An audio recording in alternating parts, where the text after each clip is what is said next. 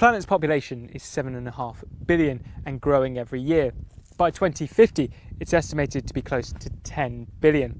This population boom will be dominated by one continent, Africa.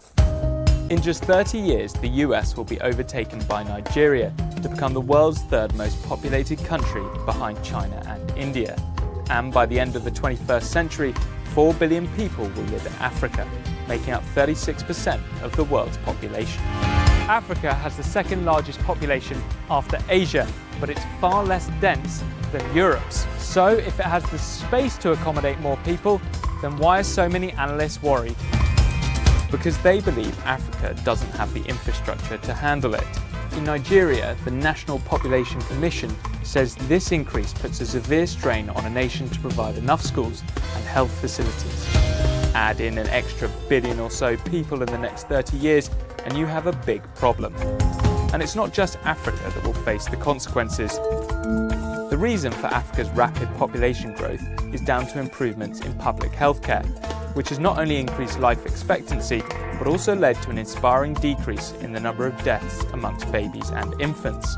While sub-Saharan women are having less children than 50 years ago, it hasn't prevented the dramatic upsurge in populace. Many experts warn that African birth rates are too high and that family planning programs designed to increase education and prosperity for women haven't had the same attention, resulting in only some, if not any, reduction in fertility rates. The problem is that the population is growing the fastest where people are less able to deal with it. So it's in the very poorest places that you're going to have a tripling in population by 2050. And so their ability to feed, educate, provide jobs, stability, protect the environment in those locations mean they're faced with an almost impossible problem. Northern Nigeria, Yemen, Chad. And so what we need to do is take this aid generosity and this innovation and go into those places, offer the women better tools where they want to space birthing or have a smaller family size, and improve health, because it's amazingly, as children survive, parents feel like they'll have enough kids to support them in their old age, and so they choose to have less children. Niger right now, it's still 7 children per family, whereas in the richer countries, you're often at a stable point of which is 2.1 or even less. And so it's really an acute problem in a certain number of places, and we've got to make sure that we help out with the tools now so that they don't have an impossible situation later. Just some simple statistics. In 2015, 70% of the GDP of the European Union derived from intra-regional trade, that is, trade amongst members of the European Union. The equivalent figures for ours was 11% across Africa, because we're trading with the rest of the world and not with each other. And it is one of the reasons that also defines the backwardness and the poverty in the continent.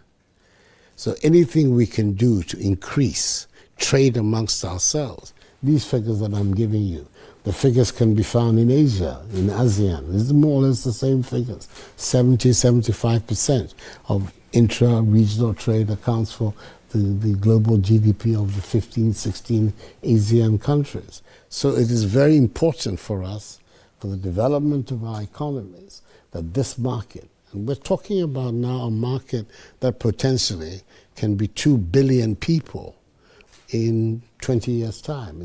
We're 1.2 billion on the continent today. In 20 years' time, it's estimated there will be 2 billion people.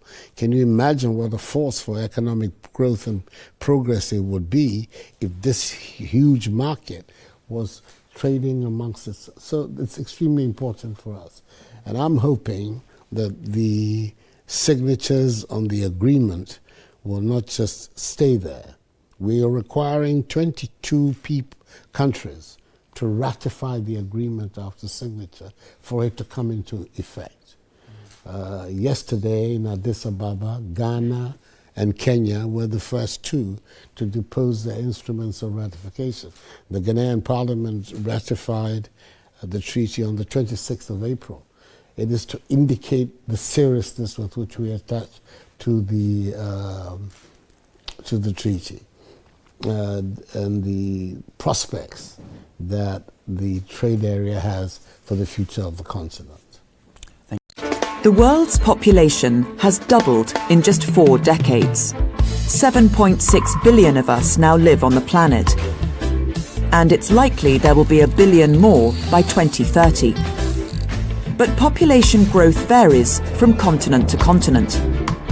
The fastest population rises are in Africa and Asia, which will have 8 of the 10 most populous countries by 2050. India is set to overtake China as the country with the largest population. Nigeria has one of the fastest growing populations in the world. It's set to become the world's 3rd most populous country. In many African countries, women have on average 5 children each. In Niger, it's 7. That's well above the global average of 2.4 children per woman. Populations are also rising because they're aging. Fewer people are dying than are being born. In the last century, life expectancy has almost doubled in some countries. In India, it's almost tripled. However, in some parts of the world, populations are decreasing. Japan's population of 127 million is forecast to shrink by about 1/3 in the next 50 years. But the top 10 countries with the fastest shrinking populations are all in Eastern Europe. These countries suffer from the combined effect of low birth rate, a relatively high mortality rate, and massive out-migration. As populations shift, the world as we know it will change. Today's dominant developed economies will be increasingly focused on supporting the elderly, whereas less developed countries will be transformed by population booms. In 2100, it's projected that 1/3 of all people will live in Africa. A bigger population is a burden, with more people to house, educate and feed. But it's also an opportunity. A large working age population can boost the economy, as long as there are enough jobs and a strong infrastructure.